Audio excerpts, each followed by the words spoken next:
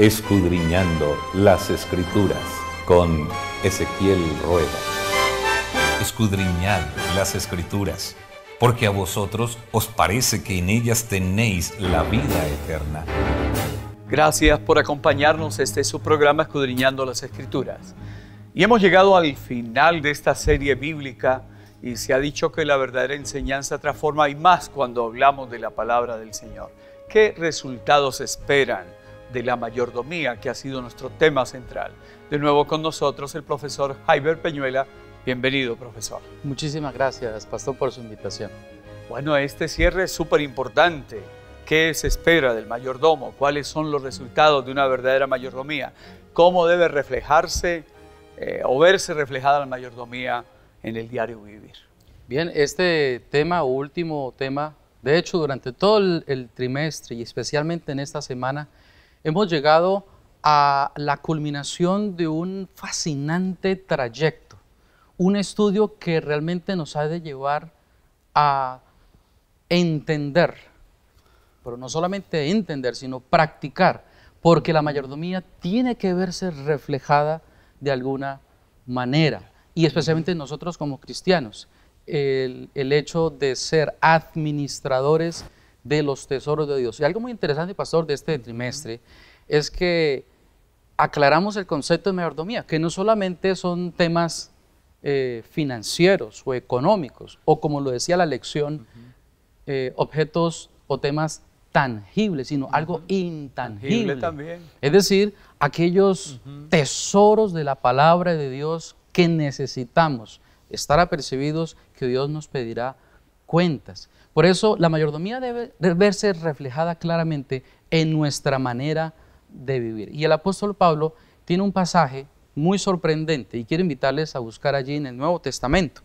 Cuando el apóstol Pablo escribe a Timoteo, en su segunda carta, Timoteo, capítulo 3, son 5 versículos que revelan una serie de circunstancias, como el apóstol las llama, peligrosas de los últimos días. Dice el apóstol Pablo a Timoteo, capítulo 3, segunda carta, versículos 1 al 5.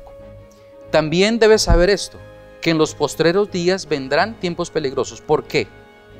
Porque habrán hombres amadores de sí mismos. Esto quiere decir, algo falló con la mayordomía. Avaros, algo faltó con la mayordomía. Vanagloriosos, algo también faltó en la mayordomía. Y si seguimos leyendo, vamos a encontrar que todas estas características revelan que algo falló en la administración que Dios nos ha confiado. Soberbios, blasfemos, desobedientes. Versículo 3, sin afecto natural, implacables. El versículo 4, traidores, impetuosos, infatuados, amadores de los deleites. Ahora aquí viene el punto central, que tendrán apariencia de piedad, pero negarán la eficacia de ella. ¿Qué es piedad? Nosotros como mayordomos somos llamados a administrar, a compartir los tesoros de Dios.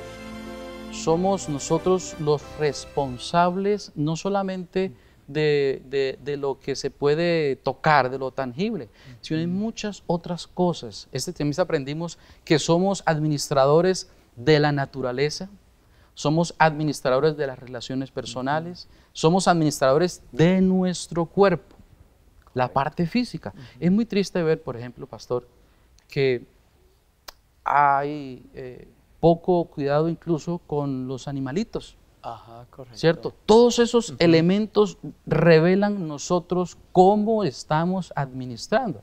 Ahora, el peligro del versículo 5 que nos dice es que tendrán apariencia de piedad, ¿no? ¿Cómo podemos nosotros aparentar una mayordomía? Correcto. Sí, porque de hecho aquí en el pensamiento de partida dice que ese vivir, esa mayordomía debería ser algo que se revela a la gente y que la gente sintiera curiosidad por saber por qué eres así. Buen punto. Nosotros no podemos ser mayordomos para nosotros solos. Estamos en sociedad. Es más, Dios nos creó en sociedad. Dios nos entregó, de hecho, en el mismo capítulo 1 y capítulo 2 de Génesis, una serie de riquezas que nosotros debemos administrar y estar muy atentos a cómo se usan. Y debemos usarlas todos, para la honra y para la gloria de Dios. Bueno, y partiendo de ese concepto que no es para nosotros mismos, la pregunta que viene es, ¿la mayordomía es un tema personal, comunitario, social? Profesor.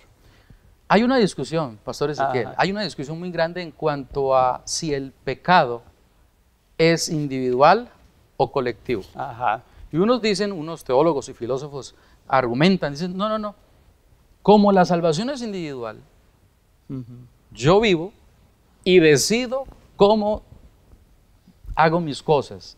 Entonces los demás no tienen por qué estar, meterse. Sí, cuestionarme o decir yo por qué hice esto, por qué hice lo otro. Entonces dicen, no, todo es individual. Pero un momento, la Biblia claramente nos enseña que nosotros ejercemos una influencia y que somos una especie de cartas leídas, que la gente nos lee, correcto, nos ve.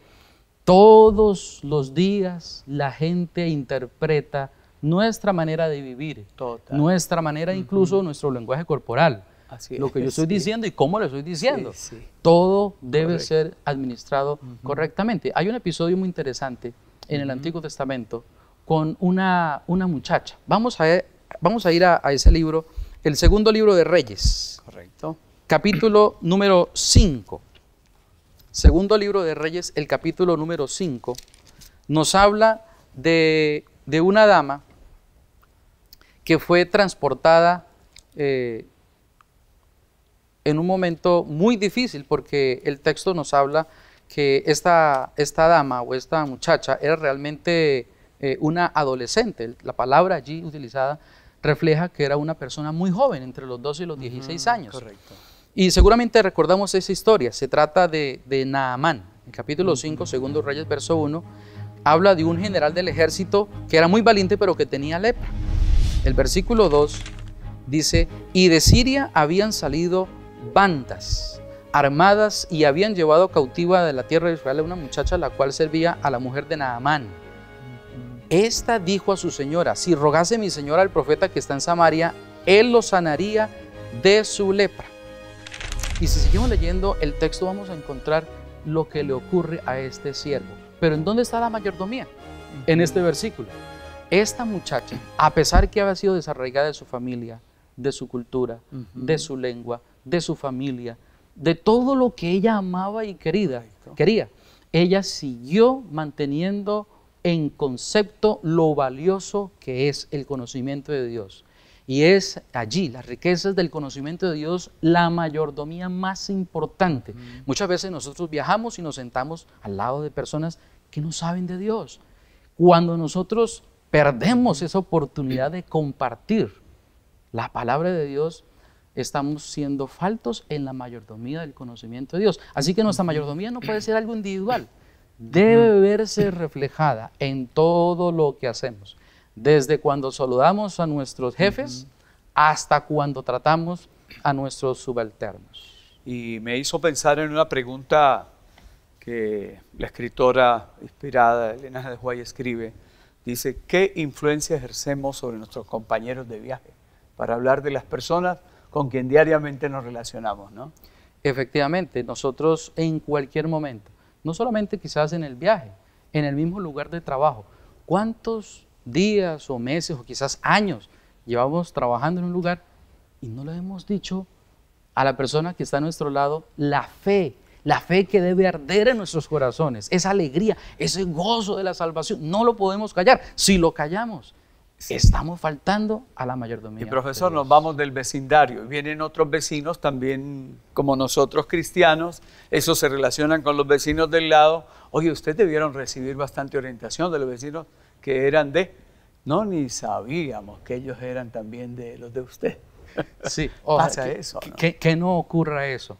En nuestros vecinos, con los compañeros de trabajo, que nuestra mayordomía no sea escondida. Y es que es imposible ser mayordomo de Dios y que nadie lo sepa. Sí. Comenzando por el séptimo día, mayordomos del tiempo. El santo sábado es un día dedicado para el Señor y debemos administrarlo correctamente. Correctamente. Y me detengo, profesor, en algo que usted mencionó, porque cuando uno mira el caso de esta muchacha, usted lo dijo muy bien, ha dejado su tierra, es una cautiva, es una mujer es apenas una criada, ¿a quién le va a creer? Y el hombre donde ella trabaja es un hombre que goza de gran prestigio. Impactante el testimonio de ella. El ejercer su mayordomía que hizo que un hombre de ese rango en un país extranjero, que una esclava impactara hasta que lo hizo mover, ¿no? Exacto. Si esa dama o esa muchacha, esa niña, no hubiera tenido un comportamiento prudente o que reflejara un conocimiento mayor, seguramente nada más no hubiera, o la señora dice, no, pero ¿qué nos puede decir? Sí, ¿qué nos puede decir de su forma de vivir, de su forma de comportarse? Sí, no lo vamos a creer, pero el texto implícitamente nos dice que aquella niña, aquella adolescente, por su comportamiento, su manera de pensar, su manera de hablar, su vocabulario, su creencia, y de eso tenemos bastantes ejemplos en la Biblia. Podemos citar, por ejemplo, Daniel, ¿cierto? Donde en esos altos cargos Daniel administró muy bien los tesoros de Dios. Y es allí donde necesitamos cambiar ese concepto de qué es un tesoro y qué son las riquezas.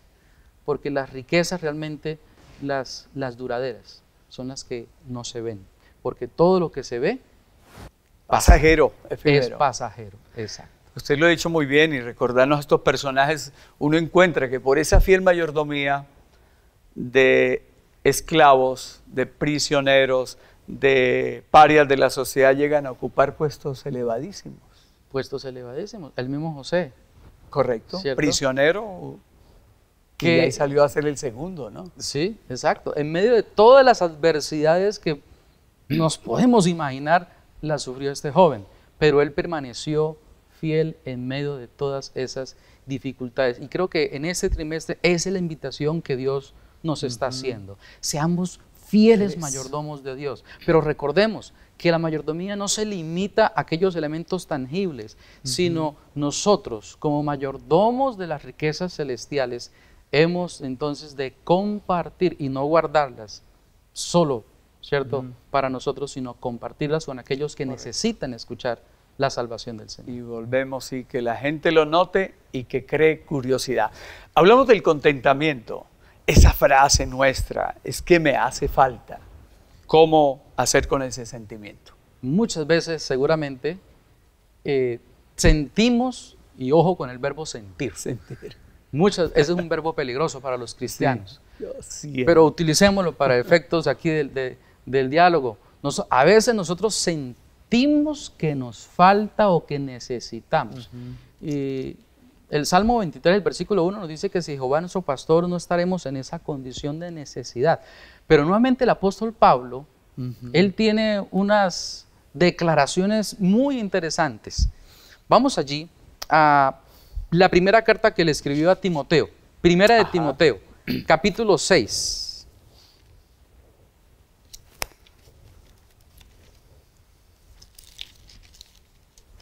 Primera de Timoteo 6. Primera de Timoteo, capítulo 6, el versículo 6. 6:6. Escuchemos esta declaración tan interesante del apóstol. Él dice, versículo 6, pero gran ganancia es la piedad acompañada de contentamiento. La piedad son esas expresiones externas de religiosidad. Entonces, nuestra experiencia cristiana es de gran valor, es de gran ganancia si nosotros la acompañamos o la experimentamos de contentamiento. Muchas veces nosotros sufrimos quizás de tristeza, de depresión, andamos pensativos, que nos falta, que queremos, que anhelamos, y pasamos muchos días quizás pensando. Pero noten lo que dice el apóstol en el versículo 7. El versículo 7 me hace recordar incluso de Job, el patriarca. Versículo 7 dice, porque nada hemos traído a este mundo y sin duda, él no da lugar a la discusión, nada podremos sacar. Verso 8, así que teniendo sustento y abrigo, estemos contentos, contentos. El apóstol Pablo también nos dice que en Romanos 12, versículo 2, que la voluntad de Dios tiene unas características muy especiales. La voluntad de Dios es agradable y perfecta. Así que, amigos, si quizás sentimos que nos falta algo, pensemos por un momento. ¿Hemos encomendado nuestra vida a Dios? Sí. Y si sentimos quizás que falta algo, pensemos un momento en que la voluntad de Dios es agradable y que Dios no se equivoca. Es perfecta, ¿no? Es perfecta, Claro. y que debemos aprender a vivir a nuestras capacidades y a nuestras posibilidades. Como dice el apóstol, nada nosotros hemos traído. ¿Para qué nos preocupamos entonces tanto en obtener, acumular Así y es. tener? Si en realidad Nada nos llevamos. nada vamos a llevarnos. Y me gusta el comentario que aquí se hace sobre el contentamiento. Es un cofre de ungüento precioso y muy reconfortante y útil. Y me hizo pensar también, profesor, en ese versículo de lo que realmente necesitamos, que Dios sabe que nos falta, mi Dios pues suplirá todo lo que os falte conforme a las riquezas de su gloria en Cristo Amén. Jesús. Así es. Y dice, pastor, y amigos queridos, hay un versículo muy conocido y que lo repetimos con mucha frecuencia, y es Filipenses 4:13. Todo lo puedo en Cristo que me fortalece. Y no quiere decir que ese versículo no pueda ser aplicado a muchos contextos, porque todo es todo, ¿cierto? Todo, Pero total. si leemos los versículos que acompañan a esa expresión de todo lo puedo en Cristo que me fortalece, allí vamos a encontrar que el apóstol Pablo está hablando en el contexto precisamente de tener abundancia o de tener escasez. Él dice, yo he aprendido a vivir con abundancia y a vivir con escasez. El problema del ser humano es que cuando experimenta que recibe algo, hay un fenómeno, y es que piensa que necesita más o que tiene menos. Y ahí Claro. entonces cuando la expresión de todo lo puedo en Cristo que me fortalece, es un acto de humildad también. Total. Dependencia. Dependencia. De Dios. Dios nos da de acuerdo a su gracia, a su misericordia, pero también de acuerdo al esfuerzo. Nosotros, ¿cierto? Nos levantamos en la mañana, salimos a trabajar. El apóstol dice, no, si tenemos comida y abrigo, estemos contentos. Eso no quiere decir que si hoy tenemos comida y es cierto el techo, entonces hoy nos vamos a quedar en la casa. No. Debemos nosotros hacer nuestro esfuerzo, pero una vez hecho el esfuerzo, confiar en que la voluntad de Dios se va a desarrollar en nuestras vidas. Eso se llama confianza y dependencia Así es. en el Señor. Y al detenernos en este tópico, es fascinante cómo la Biblia se vuelve inagotable. Me hizo usted llegar a pensar en esos versículos de Filipenses, son de una carta escrita en la prisión. Hay un hombre prisionero y lo que vive allí es el gozo y el contentamiento. Increíble. Increíble. No importa la Total. circunstancia. Volvemos al tema de la niña en el caso de Naamán. En unas circunstancias difíciles, ella tenía un corazón dispuesto a testificar.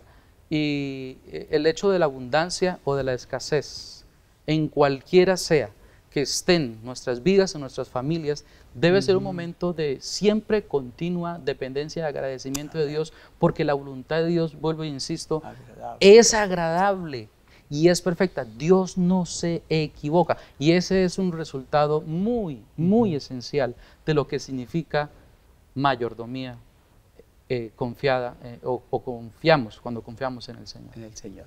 Y al cerrar toda esta serie que tiene que ver con mayordomía, esta pregunta pienso, profesor, que es supremamente importante. ¿Cuál es la esencia vital de la mayordomía? ¿Cuál es la esencia?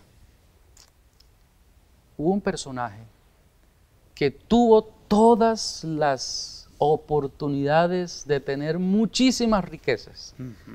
Ese personaje rehusó tener todas esas riquezas claro. porque entendió cuáles son las riquezas que realmente han de ser valoradas, Ese personaje es Moisés. Y permítame leerles brevemente Hebreos, capítulo 11, lo que dice este capítulo de Moisés. Capítulo 11, el capítulo de los héroes de la fe. El versículo 24 en adelante habla de Moisés. Por la fe Moisés, hecho ya grande, rehusó llamarse hijo de la hija de Faraón. Noten la expresión hecho ya angre, una decisión consciente. Exacto. madura, escogiendo antes ser maltratado con el pueblo de Dios que gozar de los deleites temporales del pecado, teniendo por mayores riquezas el vituperio de Cristo que los tesoros de los egipcios, porque tenía puesta la mirada en la recompensa o en el galardón. Por la fe dejó a Egipto, no temiendo la ira del rey, porque se sostuvo como viendo al invisible. Así que Moisés tuvo una decisión, y ahí está reflejada lo que es la esencia de la mayordomía, y es la confianza en el Señor. Él prefirió no solamente los temas materiales, sino también él consideró que los temas espirituales transversaliza, influencia toda nuestra vida. Y él prefirió entonces confiadamente acercarse al Señor de esta forma y depositar toda su fe y el resto de su vida, porque le trajo consecuencias para el resto de su vida, esa decisión. Entonces podríamos decir en esto que usted acaba de decir que esa fidelidad como mayordomo demuestra que toda nuestra confianza está puesta en el Señor. Es exacto. Toda nuestra confianza debe ser depositada en el Señor. Haya escasez o haya abundancia. No podemos nosotros entonces, no, es que me está yendo bien, entonces ahora sí voy a ser fiel. Me está yendo mal, entonces no puedo ahorita. No, debemos nosotros, así como Dios se mantiene fiel, nosotros también mantener nuestra fidelidad constante, porque Dios en su amor durante la historia de la humanidad ha sido fiel y constante con su amor para con nosotros. Y al cierre de todo y de este tópico de esta hora, ¿cuál es la recompensa del mayordomo fiel? Hay un momento en el cual la lección nos hablaba de unas palabras que queremos escuchar y de otras que no. Que no queremos oír. ¿Cuáles son las palabras que queremos escuchar? Pues bien, la recompensa que todos nosotros queremos tener y recibir son las palabras de los mismos labios de nuestro Señor Jesús, que nos diga, bien hecho. Amén. Siervo, buen siervo y fiel. ¿Fuiste fiel sobre cuánto? ¿Sobre poco? Sobre poco. Entonces vas a recibir mucho. ¿Y ese mucho qué es? Las riquezas de la vida eterna. Pastor y amigos, nosotros aquí en esta vida estamos administrando cosas que realmente no son... esta vida, algunos dicen que es muy corta, en realidad es así, ¿cierto? Claro. Comparado con la eternidad, en la eternidad nosotros administraremos las riquezas por toda la eternidad, las riquezas de la presencia de nuestro Señor y Dios. Muy bien, estamos cerrando este ciclo de temas bíblicos importantes y qué bueno saber que hay resultados, pero hay grandes beneficios cuando somos fieles y que tenemos que aprovechar y disfrutar el privilegio de pertenecer a una comunidad que vive para Dios como mayordomos. Construir vidas basadas en estos principios es importante. Profesor, ¿algún puntico cortico solamente? Confiemos al Señor absolutamente todo lo que somos y el Señor hará maravillas con sus brazos poderosos de amor y misericordia. Bendiciones. Muchas gracias, profesor. Muchas gracias, pastor.